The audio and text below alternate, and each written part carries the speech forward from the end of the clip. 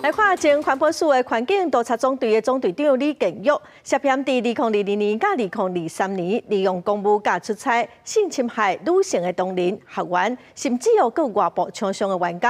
监察院去年11月提针对环境部提出纠正，台中地检署这个月17嘛认定讲伊罪嫌重大，嘛已经甲伊羁押禁见了。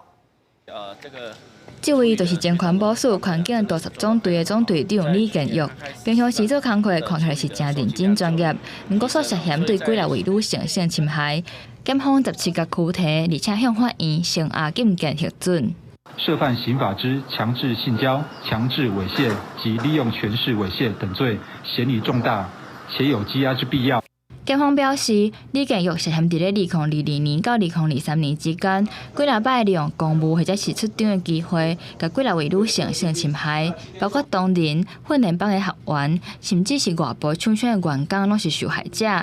前立委陈嘉华伫咧2023年7月嘛捌开记者会，批评环境部甲安护。监察院伫咧去年11月嘛对环境部提出纠正，认为处理了上凊彩，无通报专责单位，嘛无进一步查证。他可能超过3位啦，但是有3位的同仁，我不知道是谁，但是他们也很愿意这个来面对这个事情。我们也做了一个就行政流程的检讨，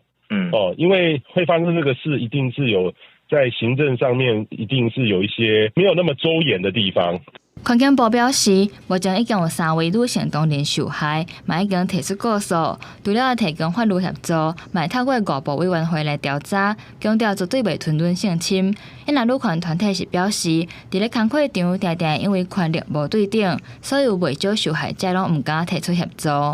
说这个行为人会做出这种行为，他通常会有一个想法，就是说我做这件事情不会怎么样，或者是不会让人知道，就算让人知道了，也不会有人对我做出什么事情。女权团体认为，除了伫咧工课场爱提供相关的保障，若是女性真正拄到第一时间除了爱保护家己，嘛会记得收集证据，透过管道申诉来维护家己的权益。